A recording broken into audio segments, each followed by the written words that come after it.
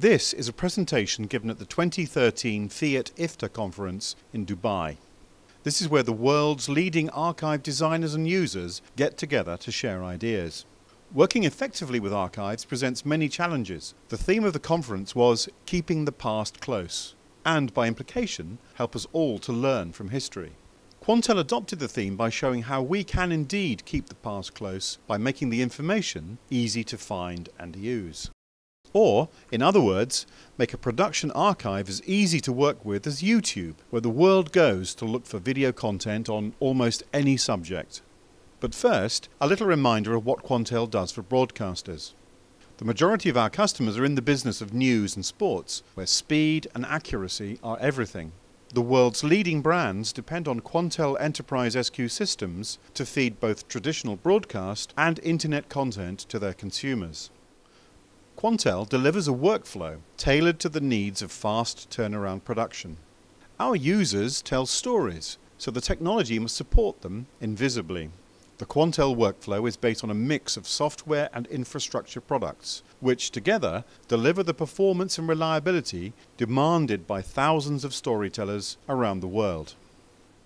Why do we want to use historical content? Well, there are great philosophical answers to this, like trying not to repeat the mistakes made by our ancestors. The good business reasons in our industries are to add intelligence through context and depth in a story. What happened and why, in other words? Doing this lifts the respected broadcaster or news provider above the noise and confusion of the internet. It separates intelligent reporting from the ill-informed gossip and the politically or commercially motivated messages which compete for our attention. So let's look at an example which most of us will remember. In January 2009, a remarkable event occurred in New York City. An Airbus A320 encountered difficulties soon after takeoff from LaGuardia Airport and made an emergency landing on the freezing waters of the Hudson River. Amazingly, everyone survived and were quickly rescued. The hero of the day was the pilot, but the interesting lesson for us is how the news flashed around the world. According to Rory Cellan-Jones, a senior BBC correspondent, this was the first major event he heard of first via Twitter.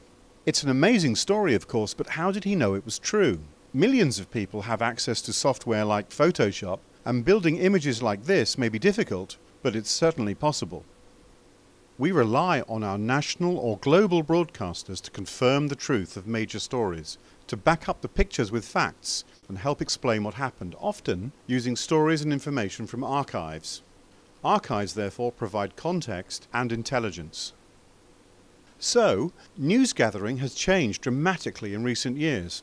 We can all capture images and publish them in seconds. The technology is simple, available everywhere, and there's very little editorial control. A news or sports broadcaster usually has controls imposed by their government. They have to work within strict rules. This traditionally means bringing the content to a central location, like a newsroom, to be edited and assessed before distribution. This is where the most time is consumed, but the job of a responsible broadcaster is to add value to the information by applying intelligence, which is really their strongest advantage. TV production takes existing content, that's finished programs and archives, along with new content, and builds products from it all. Value is added by intelligence of directors, producers, journalists, scriptwriters, FX designers, colorists, and so on. And value is also added by marketing, creating demand through advertising, or different versions for different markets. Delivery is via many channels and maybe to other content providers, like selling news footage to other program makers, for example. Archives are a key part of the chain, but their perception is often of cold, dark places in the basement, parts of the building where few people ever enter and the information is difficult to locate. Unless, of course, you're an expert. These shelves have traditionally been full of film cans and videotapes of various kinds, all difficult to access without specialized equipment. If we look backwards, we can all think of dates when the world changed in some way. These are just a few dates from my memory. Much of it, of course, is based on politics, but sport and technology play their part too. And while there are key events which are frequently retrieved from archives, the huge majority is never seen again. It's stored against the day some future researcher is interested, however rare that might be.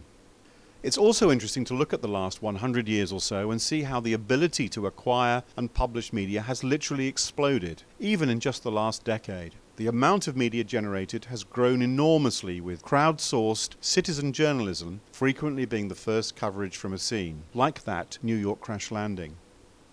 As all this media arrives, it has to be stored, and the finite nature of production systems means that within a few days or weeks it has to be migrated to more permanent storage, an archive. Increasingly, this is likely to be disk or even solid-state storage. It's normally much later before the files are finally transferred to tape or more permanent storage media. Storing data on spinning disks is becoming cheaper by the month. This medium provides the immediacy and accessibility we've all come to expect, like when we watch a clip on our favourite social website. The cost of storing data on disk is falling rapidly too. At IBC, one company was promoting 1 petabyte of data for around $400,000. So here's the ideal workflow for news and sports production. News content delivered rapidly to a storage system and immediately accessible by all users. And yesterday's content, the archive, connected in exactly the same way. Searchable, editable, and available for repurposing instantly. But without metadata, of course, we cannot manage this valuable content, and we can't find it when we need it quickly. Quantel stores metadata against every frame of video. Whatever the rate, the frame remains as the basic unit of storage, whether on film, tape, or disk storage. This granularity can be enormously helpful when designing systems to handle media. Quantel assigns every frame of media an identity, which is unique in the world. This is like the identity we as people carry, our passport perhaps, or a mobile telephone. Dialing this number will always locate me wherever I am. Our systems generate a long, complex identity for every new clip, and then number every frame within that clip, so every single frame can be described uniquely. This means we can also describe edits with the same technique. In this very simple example, the sequence BCD on the right can be described with the clip identity plus a start and end frame. So a few characters can represent a very large media file. We also use the same technique to assign metadata, either to a single frame or a range of frames, perhaps to describe some action. In sport, this might be the frame where the soccer ball hit the net, or the scene afterwards as the players celebrate. The industry has agreed on a new storage format called ASO2.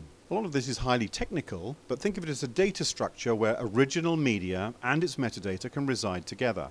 For producers and archivists, this has two major benefits. The media and metadata are in the same place and will remain together when the file is moved or copied. The folder called Extra can contain anything, so a structured taxonomy of metadata as well as anything relevant or descriptive to the content.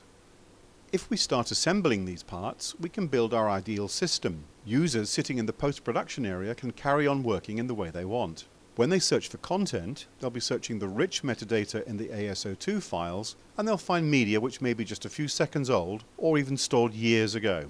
They can compose it into their stories and send them out to websites or TV shows. There's a magic ingredient to make this work though, something we've been working on for a long time. We call it a virtual file system.